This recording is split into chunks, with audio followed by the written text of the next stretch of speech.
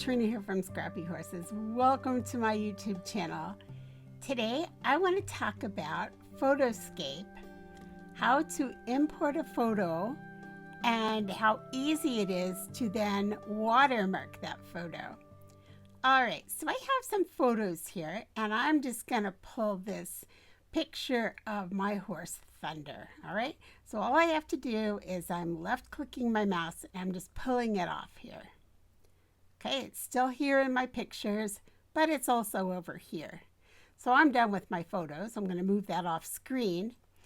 And I'm going to come in now, and all I have to do is drop my photo there. All right. Now, I want to edit this. I want to make it a square because I like square photos for my blog posts and such. So I'm going to edit it. I'm going to crop it. A 1 by 1. I'm just going to put a square in here. And I'm going to bring it right down here. I'm going to leave a little bit of room down here for a watermark. So let's see, I kind of like it right there. So I'm going to say crop. Now I'm going to come back and I'm going to resize this. I'm going to resize it because maybe I want to use it on a YouTube video, and maybe I want it to be the first picture on my YouTube video. It's got to be around 1200 for that. So I'm just typing it at my keyboard, 1200. I'm going to hit apply. All right. Now, I want to watermark this. I'm going to use my watermark from The Outlaws, Anything Goes in a Card-Free Zone. So, hey, Thunder would apply, right? Anything goes in a card-free zone. So it's right here. All I have to do is come over to Insert, pull it in, size it down with these toggles. There we go.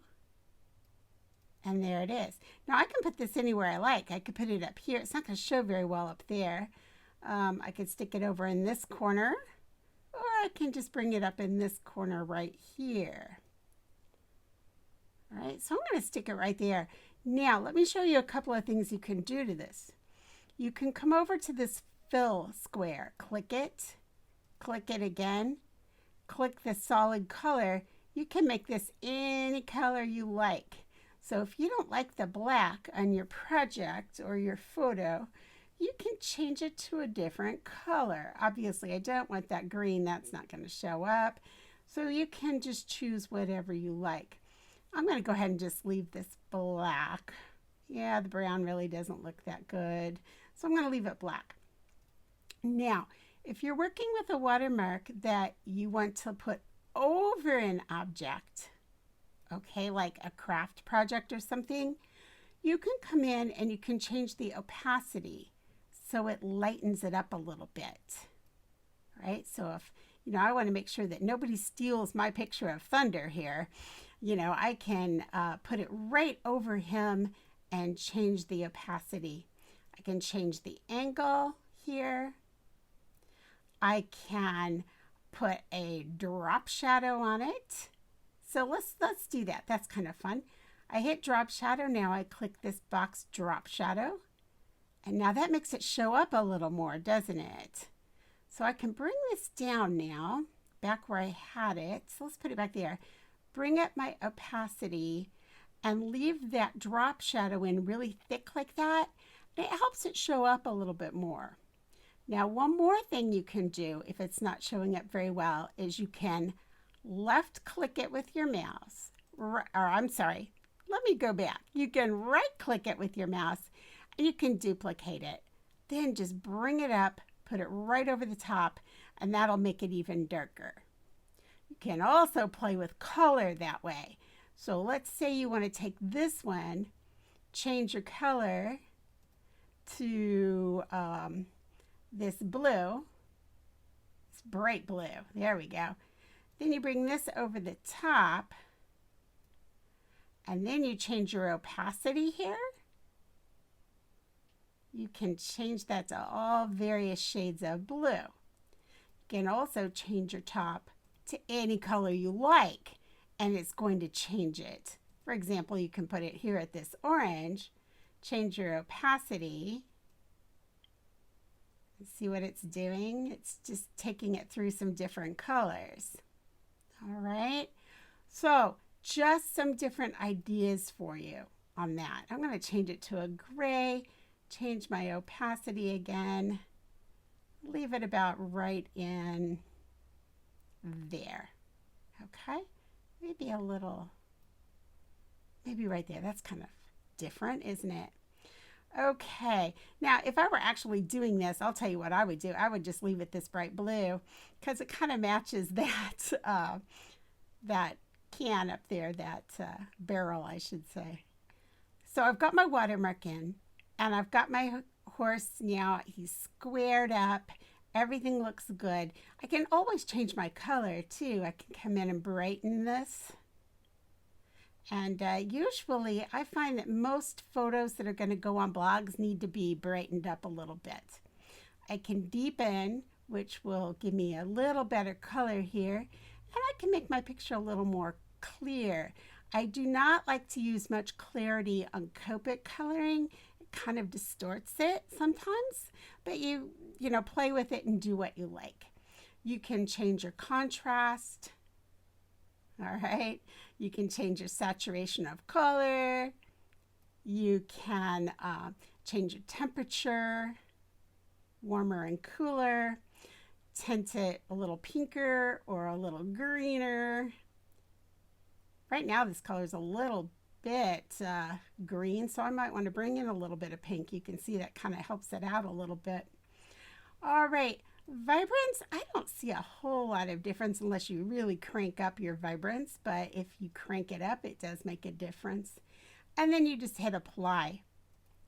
And now that saves all your changes.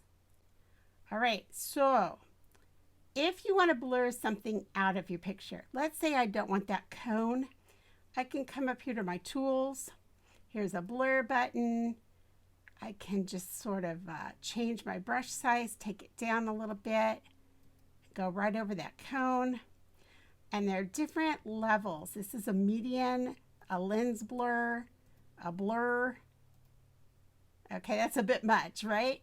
But we can also change the hardness of the blur. All right. So, oh, got one down here too. All right, I don't like any of this on my photo. So I can come down here and hit undo, and that'll just take it away. So let's take away some of the hardness of this, and let's just go nice, easy over that cone. Let's go with a, no, I'm not really liking any of those. But you can play with that and see. It's really nice if you have text on something and you want to blur it. That works out really nicely. All right. So I'm not going to blur out that cone because it's going to look a little silly. That pretty much gets you started in Photoscape. Any comments or questions? Oh, you need to know how to save this. Hey, I'm getting out of here too quick.